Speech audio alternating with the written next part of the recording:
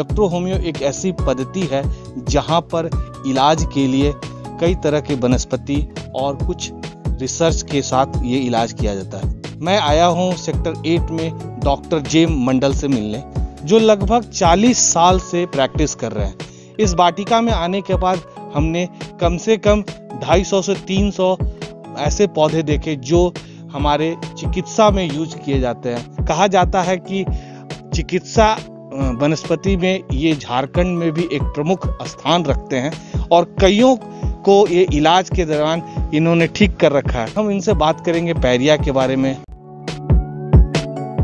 Pyorrhoea दांत की बीमारी है और किसी भी कारण से, चाहे वो डाइजेस्टिव सिस्टम के बिगड़ने से या दांत में कैरीज हो जाने से या दांत की सफाई ठीक से नहीं होने से धीरे धीरे जो है उसमें गंदगी जमा होती है और वही जो है धीरे धीरे कैरीज का रूप ले लेता है, पायरिया का रूप लेता है। उसमें पस होना शुरू हो जाता है, इन्फ्लामेशन हो जाता है, स्वेलिंग होना शुरू हो जाता है।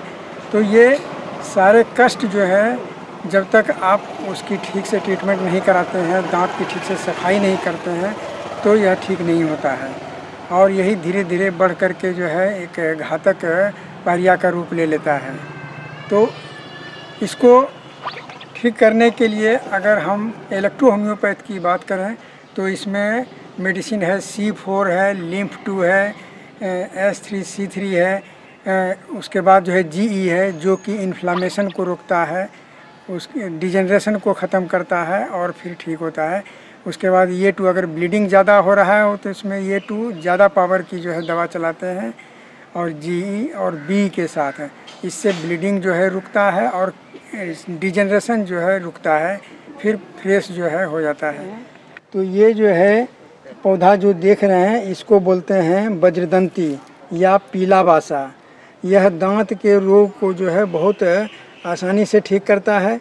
इसको सेवन करने के लिए इसका अगर पंचांग रिष्ट बनता है तो पूरे पौधे का, जड़ का, पत्ती का, तना का जो है एसेंस तैयार होता है और उस एसेंस को यूज करते हैं।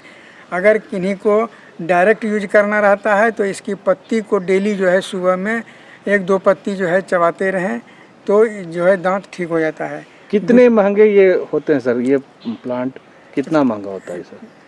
चूँकि यह रेयर प्लांट होता है, हर जगह नहीं मिलता है, इसलिए इसको महंगा ही कहा जाए। दूसरी बात, एक और पौधा है जिसको अपामार्ग बोलते हैं। इसको आयुर्वेद में अपामार्ग बोलते हैं, हम लोग बोलचाल की भाषा में इसको लटलटी या चिरचिरी भी बोलते हैं। यह पौधा दांत के लिए रामबाण है।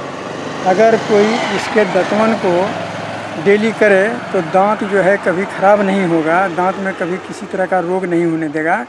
अगर मान लीजिए ताज़ा नहीं मिलता है इसका तो इसके सूखे डंठल को भी चबाते रहते हैं तो दांत में किसी तरह का जो है प्रॉब्लम नहीं होने देता है। कैसा इसका टेस्ट होता है सर? इसका टेस्ट जो है कोई तीता भी नहीं है, न कोई मीठा है, घास की तरह जो है इसका टेस्ट आएगा। हाँ ठीक।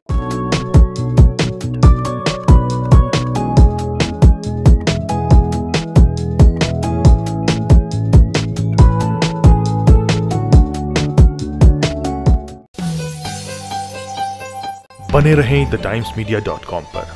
आप हमें Facebook और YouTube पर भी देख सकते हैं।